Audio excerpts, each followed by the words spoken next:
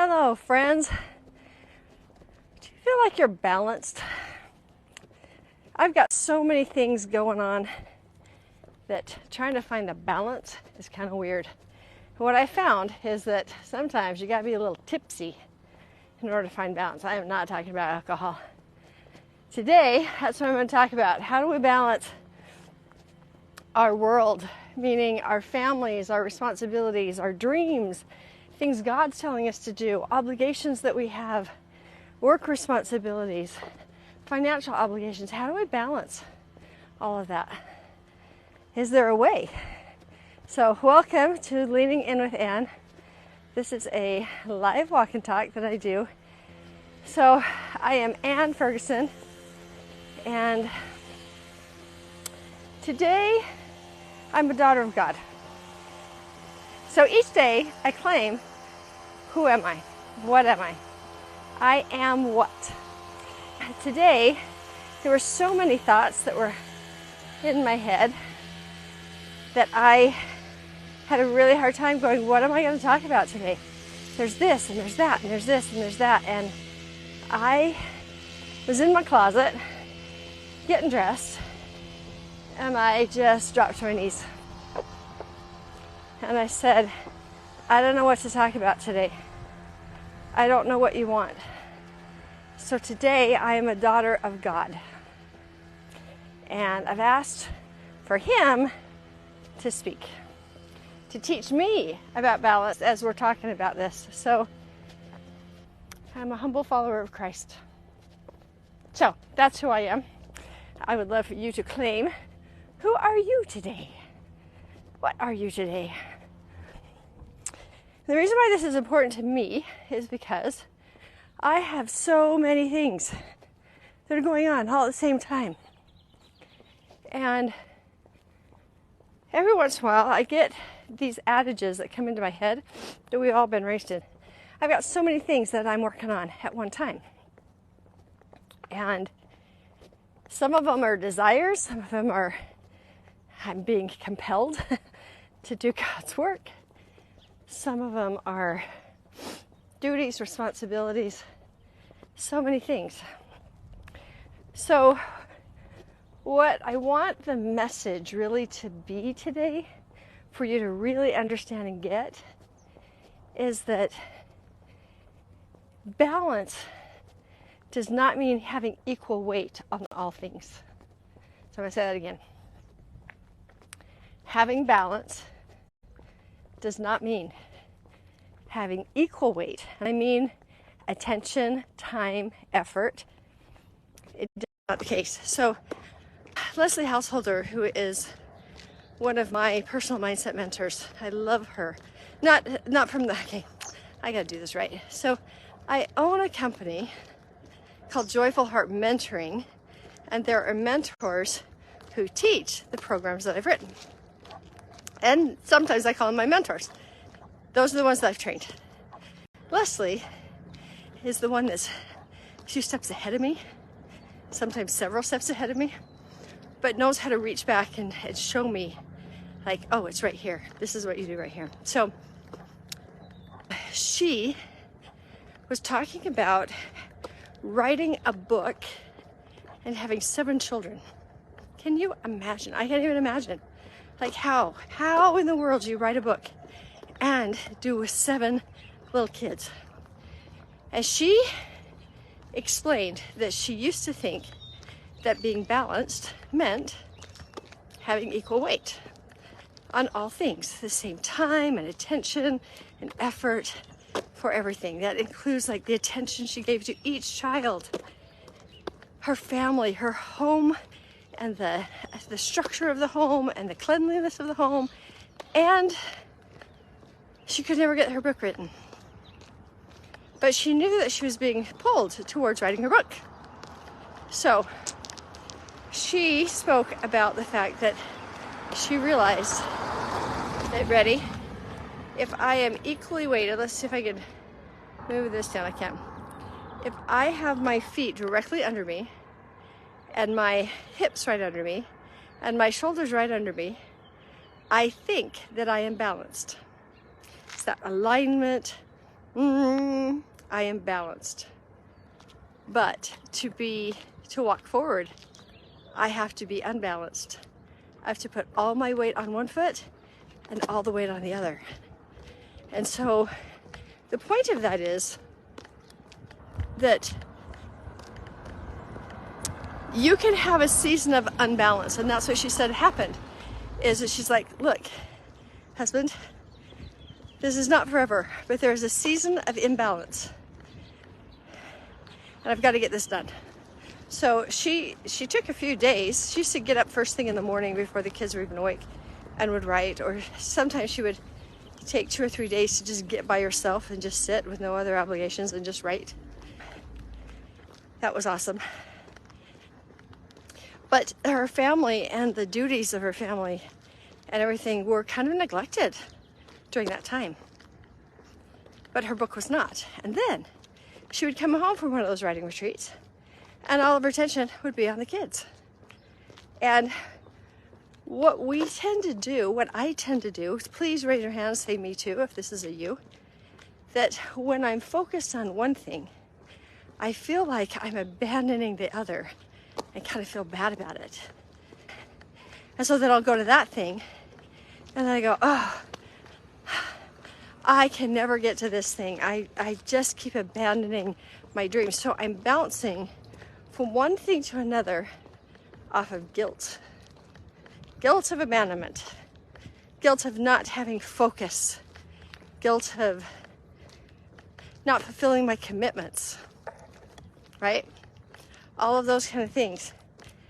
I have learned since that understanding that to move forward, you absolutely have to be unbalanced somewhere. You absolutely have to. That means if you're moving forward with your family, then you're unbalanced sometimes in your ability to work and make money. If you are working to make money, sometimes you're imbalanced in the way that you do your kids. Now, here's the thing. There is a rhythm to your walking pace. 1, 1, 1, 1. I'm doing this, I'm doing that, I'm doing this, I'm doing it. There is a back and forth that happens. So you can say, oh, I'm trying to make all the money. I don't have time to do the family stuff. That is not a season of imbalance. That is absolute imbalance. It is the back and forth. So sometimes we think everything will just hum smoothly and move forward all together in glorious harmony. Doesn't happen. Doesn't happen. And as long as we think it's supposed to, we get really frustrated, bitter. We feel unsupported. We feel unseen, unheard. We feel like we're failing God. We're failing our family. We feel discouraged and disheartened because we just can't do it all. Okay, listen up. You just can't do it all. That is true. You just can't do it all at the same time. Now, I'm studying the Bible right now, and I'm talking or studying this section where Peter walks on the water. It's one of my very, very favorite stories of all time because it actually is a really good way to find the balance. So they're in the boat, they see something coming, and he gets pulled towards it, right? So a lot of times when we talk about this, we talk about and his focus. He had to have focus. We have to have focus. I agree. In the thing that is most impressed upon your mind and your heart to do.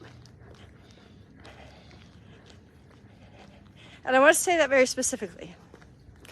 Impressed upon your mind, that means all of the thoughts about it and how it can go and what needs to move forward is there.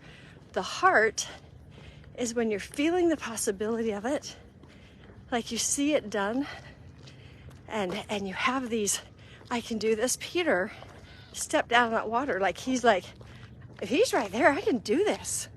Okay, I want you to adopt that. if he's right there, you can do it. You can be pulled towards the things that you need to. Now, the other things that were in his life or in our life are lapping around his feet. It's not like the waves weren't there. He did step out and he goes, okay, I feel this inspired action step to walk on water with you. Walking on water, to me, the interpretation of it is, it doesn't make sense.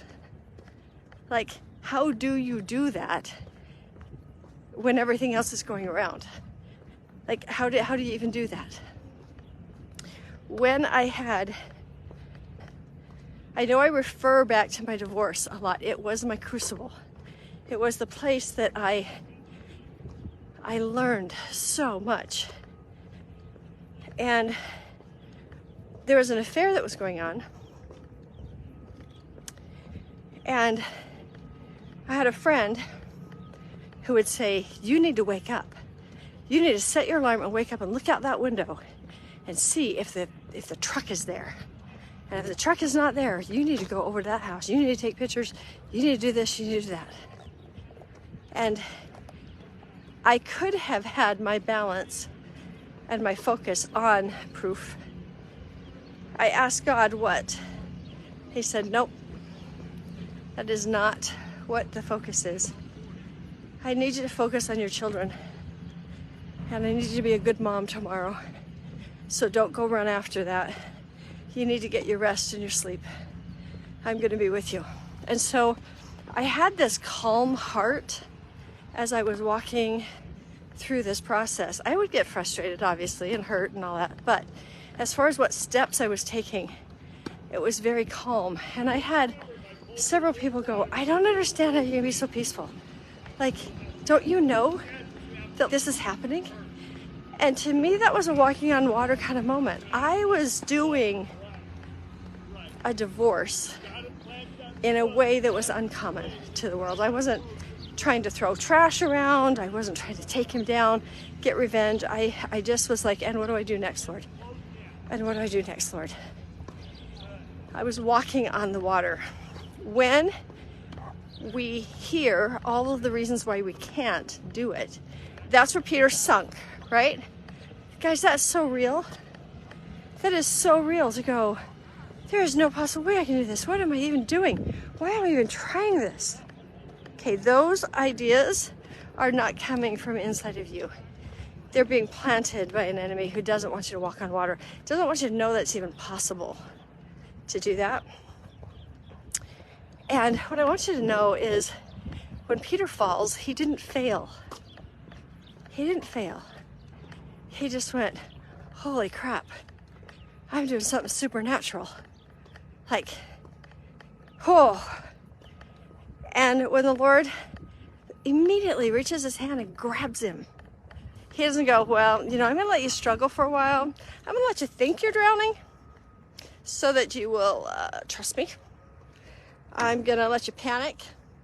After all you can do, keep trying in this storm to swim. After all you can do, I'll save you, you of little faith. The Lord didn't do that, did he? He reached in and he grabbed him right away and pulled him up. Now, the ye of little faith is this. Focus on the possibility of things working out well while I am walking on water with you. Do you know that Peter didn't walk on water all by himself? The Lord was right there. So focusing on the possibilities. The possibilities. I heard somebody talk about this in a kind of a commentary. And she said, so in those deeper, darker places, we can look to Christ. And I agree, but let's get out of the deep, dark places. What about in the places that you're trying to succeed? The places where God has called you, or you got something going on with your family and you're succeeding in it, or you're trying to. It doesn't always have to be the struggle. We don't always have to be under the water for the Lord to grab us. He bid Peter. So how does this relate to balancing everything? Well, one of the things that I do is I pray in the morning. And you guys have seen me create the day. I have the day in front of me. And I go this and this and this, and I would love to feel that. And there's something else that I say when I'm doing my private prayers. I say, and if there's anything that you would love me to do, I'll pivot. I'll abandon this stuff. I'm just asking that you help me pivot. Can you help me pivot? And guess what? He does. So yesterday I had to pivot. I had become unbalanced. And it was great. Because it was exciting unbalance. Okay, so let me tell you how this came. So I have been very unbalanced. And not at the same time. It's okay. See that? I've been on that leg right there for a while. To remain in balance, I've got to strengthen that other leg. Like for yoga, right? You do the tree pose thingy. You stand on one leg. If that's the leg you always stand on, your body's going to be unbalanced. So you've got to step onto the other leg. So while my husband was traveling, I have more freedom in my mind to really focus down on the creation of this podcast and all of the things that need to go into making it really quality. And I stayed up till 3 a.m. because my brain was still on and it was firing, it was going, and I organized things, and there was a rush of, I'm getting it done, I'm getting something done, right? When you haven't gotten anything done, there's a rush when you finally do. I wanted to keep going and keep going and keep going. Well, my husband came home yesterday, and I had given my day up to the Lord and said, this is what I would love to do. I would love to sit and I would love to do this tutorial. I would love to learn this and feel accomplished. Well, I bought myself a new whiteboard. I liken my ADD to a whiteboard. That I have a thought and it goes on the whiteboard in my mind. And then I'll have another thought that is so good. And the first thought gets wiped off the whiteboard. And that second thought becomes the most important thing in my mind. Makes it very hard to prioritize. So I actually bought myself a physical whiteboard, and in my little corner, my me and God corner that I set up, I put that whiteboard, and when I have a thought that is like a God impression of a to-do, you got to do this, I'm putting that on the whiteboard. When I go, God, is this a priority? And I feel a yes. So I put it on the board. Well, what it was the name of somebody in my church family that I needed to go visit. And I thought, oh, I'll call her and text her and just let her know. Now, I'm not good with being neighborly. I'm really good with touching people online. And I have a lot of clients and it's really fun. But physical people in my physical space, not as much.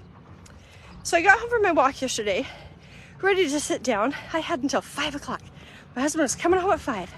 I had 5 hours to plow through and focus and not feel unbalanced because I'm not paying attention to him. That's my problem, is that I'm doing one thing and I feel imbalanced. So that's what I was doing. And then I looked up at the whiteboard and I saw her name. And I went, okay, I can just text her. I'll just text her real quick. And, touch base and all that. Well, she texted right back. I've not met this woman before. She texted right back. And I texted again to say what kind of time you've got. And then the Lord said, you have time right now. And I looked at my desk and my things. It was hard to pull away. That I had said, I will pivot. I will do what you need me to do. So I did. I said, hey, I have got time right now. So if okay if I come by in like 15 minutes. It's like, that'd be great. So I sat and met her and listened and found out her story. She's fascinating. Lots and lots of stories, and she's kind of got a bad hip, so she's kind of just in her chair most of the day. and have somebody come over and talk with her was really great for her. And so I had that personal connection, which was really great. And then I had somebody who has signed up for the Igniting Your Belief class. She has taken the class before when it was Joyful Heart. She took it with a bunch of homeschool moms that I had in my home. She lives locally. And so I texted her and I said, hey, do you have any time to chat? And so we called. She heard an echo. We called back. She heard an echo. We FaceTimed. It didn't go through. And then the Spirit said, go to her house. I'm like, oh, I'm losing time on my time. Okay. So I said, hey, what if I just come over? What if I just come over? We had the most delightful conversation, real connection about her desire to make a difference in women's lives, women and their children, and let them know that it's actually possible for their life to be different and for them to thrive, and the healing that needs to take place for that. It was a divine conversation. It was so good. And then I get into the car and I'm going to go home and I'm going to go, okay, what can I do? And instead, the Spirit says, hey, call Corrine Smallman. Well, when I talk to Corrine Smallman, it is never short. She's delightful. She lives in Australia. And so Lord says, call her. And I'm like, you know what? I'm just going to call her. And so I did. It was 45 minutes before my husband got home. And I had just a fun conversation with her, and it was great. And my husband walked in the door, and I said, Corrine, I'm going to hang up. I stopped what I was doing immediately.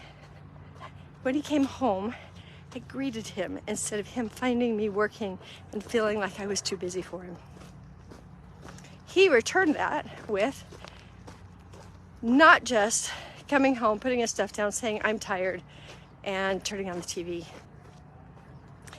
And the whole night, we went to the grocery store together. We sat and talked for a long time, and no TV and no work. And I went, oh my gosh, I have been so unbalanced. Change feet, personal contact with people instead of holding up in your office.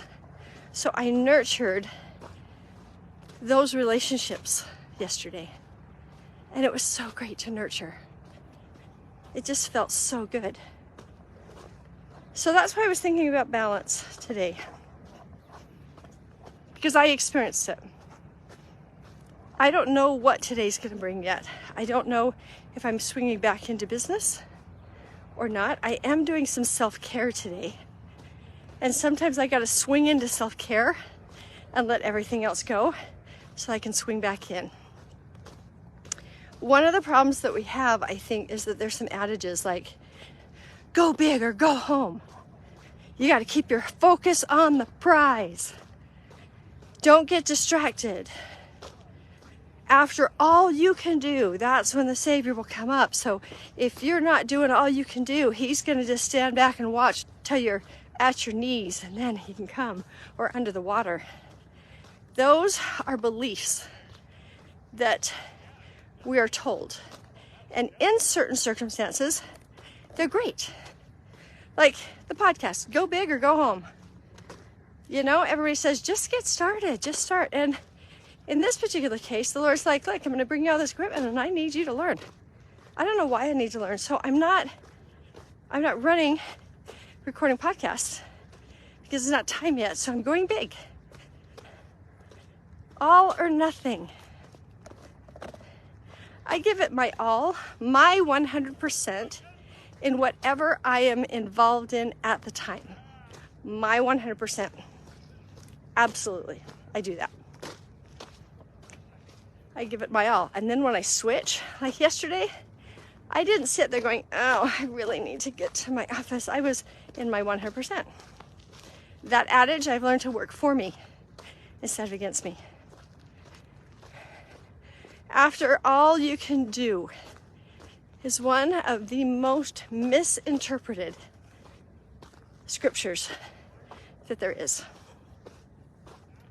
After all you can do means, for me,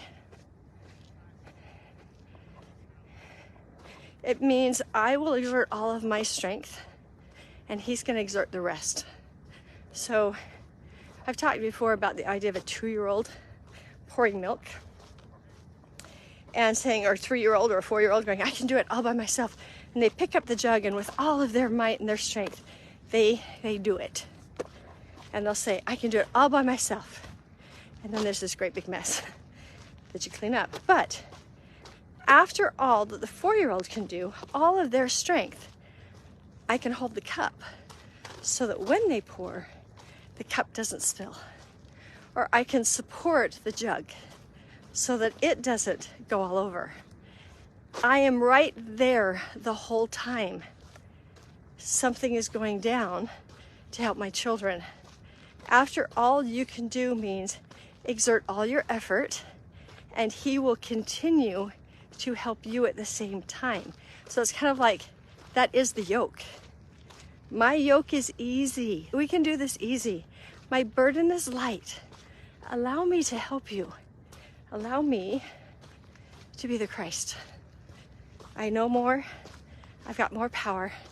And I'm totally willing to use that power for your benefit if you will let me. So if you really want to find balance, I love trails like this because every once in a while I find rocks that are balanced.